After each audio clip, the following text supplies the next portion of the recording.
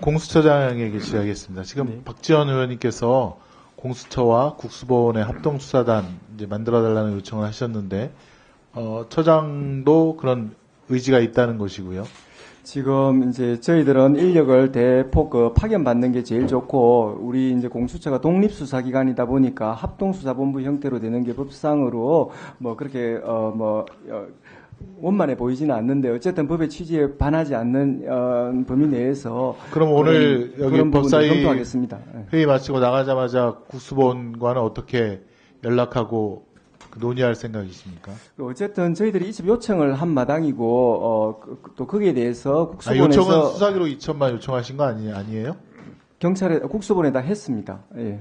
경찰 그래서 거기서 국수본에다가 네, 이첩 합동 요청 수사하자고 요청을 했다고요? 아니요, 이첩 요청을 했으니 그건 이첩 거기에 대한 요청이고 답으로 국수본에서 일단 질문을 반응을 드리죠. 박지원 의원님께서 원하시는 거는 공수처와 국수본이 함께 수사를 하라는 거 아닙니까? 네. 사건 관리 규정인가요? 사건 규칙 보니까 그러니까 압수수색 영장은 특히 통신내역 영장도 경찰이 신청해서 공수처가 청구해서 법원으로부터 발부받을 수 있다는 거고, 네. 그렇게 협조하면 되는 거고, 다만 인신구속에 관한 체포라든가 구속영장만은 공수처가 독자적인 이름으로 해야 된다, 지금 그렇다는 거죠. 네. 그렇다면 아까 구속 수사를 원칙으로 하고 윤석열 대통령에 대해서도 출국금지 지시 및 영장 청구까지 다 염두에 두고 있다라고 말을 했으니 국수본과 잘 협의하면 합동수사가 가능할 거로 보이는데, 그거를 지금 나가자마자 어떻게 논의를 할 거냐고 제가 지금 묻는 거 아닙니까? 그런 부분 검토하겠습니다. 예. 검토를 언제까지 바로, 해요, 지금? 예, 그런 부분 협의를 하겠습니다. 예. 그러니까 나가자마자 협의를 하겠다는 겁니까? 네네. 그거를 보고해 줄 수 있습니까? 법사위에? 그건 국민께도 알려야 될 것 네, 같은데요. 알겠습니다. 협의하고 지금 보고하겠습니다. 비상계엄 이후에 국회에서 계엄 해제 결의를 해서 그나마 비상계엄 해제됐지만 아직 윤석열 대통령이 인사권을 계속 행사하고 있지 않습니까?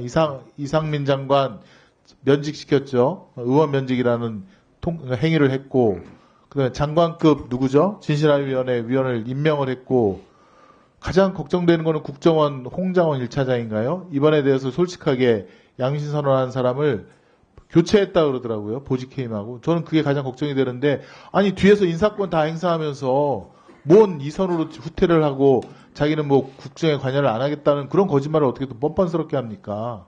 그러면서 국민의힘 한동훈 대표는 대통령이 이선으로 물러갔다는 얘기를 어떻게 합니까? 말이 안 되는 거잖아요. 그럼 이렇게 시급한 시기고, 지금 국민들이 걱정하는 거는 첫 번째가 전쟁이고 두 번째가 경제 아닙니까? 지금 전면전이든 국지전이든 이 내란 세력들이 6개월 전서부터 준비를 하고 계속 시도를 했다는 거 아니겠습니까? 드러나고 있잖아요. 그럼 하루가 지금 한시가 급한데 언제 또 무슨 핑계를 대고 전쟁 지금 국군 통수권 아직도 대통령한테 있다는 거 아니겠습니까? 그러니까 하루빨리 그걸 갖다가 뺏어서 국민들이 안심할 수 있는 그런 단계로 만들어달라는 것이 첫 번째 요건이고, 두 번째는 경제 아닙니까? 지금 보도 보니까 이 비상계엄 이후에 외국 자본이 1조 원 이상 주식시장에서 빠져나갔다면서요. 또 이 주식시장이라는 여러 가지 안정화시키기 위해서는 151조가 필요하다는 그런 그 경제부총리의 발표였던가요? 그런 발표가 있었는데, 국민들은 안 그래도 경제가 어려워서 하루하루 먹고 살기 힘든데 이 비상계엄령 난동으로 인해서, 내란으로 인해서 지금 더 어려워진 거 아니겠습니까? 또 해외 정상들도 지금 윤석열 대통령 안 만나겠다는 거 아닙니까? 이런 대통령 어떻게 만나느냐고, 범죄자로 취급받는 대통령을. 그럼 지금 대한민국의 외교라든가 이것도 다 멈춰있는 상태인데, 여기 세 분들은 도대체 그런 거를 알고 계시는 건지, 그런 다급함이 있는 건지에 대해서 좀 공감을 해 주시기를 바라고요. 한 가지만 여쭤볼게요. 우리 비상계엄을 지지하지 않는다, 국민의 몇 프로가 지금 지지하지 않는지 알고 계십니까, 혹시? 처장님 알고 계세요? 뭐 상당히 대부분 지지를 하지 않고 반대를 하고 있는 걸로 87%라고 알고 있습니다. 나오고요. 지금 윤석열 대통령 지지율이 몇 프로인지 압니까? 장관님은, 법무부 장관님 혹시 아십니까? 조금 전에 말씀을 하신 것 같은데. 예, 몇 프로라고? 10몇 프로라고 그러신 것 같은데. 11%. 11%. 근데 오늘만 조사한 거는 한 자릿수대랍니다.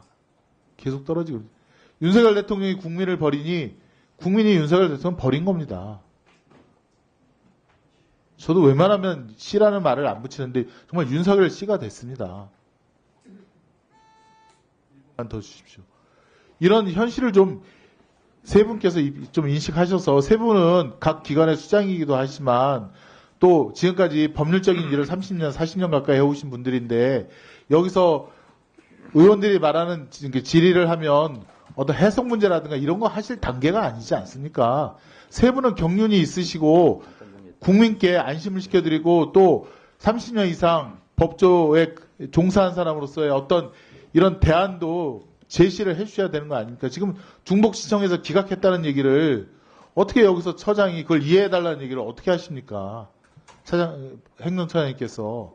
뭐 이런 사태에 대해서는 우리는 이렇게 생각을 하니 이렇게 한번 이끌어 보겠다라는 그런 말씀을 해주셔야죠. 그래서 국민을 안심시켜야죠. 전쟁 안 날 것이다. 경제 다시 회복할 수 있다. 우리나라 국격 다시 예전처럼 돌릴 수 있다라고 하셔야죠. 지금 10대, 20대, 30대까지 지금 광장에 나와서 이 추운데 계속 탄핵을 외치고 있습니다.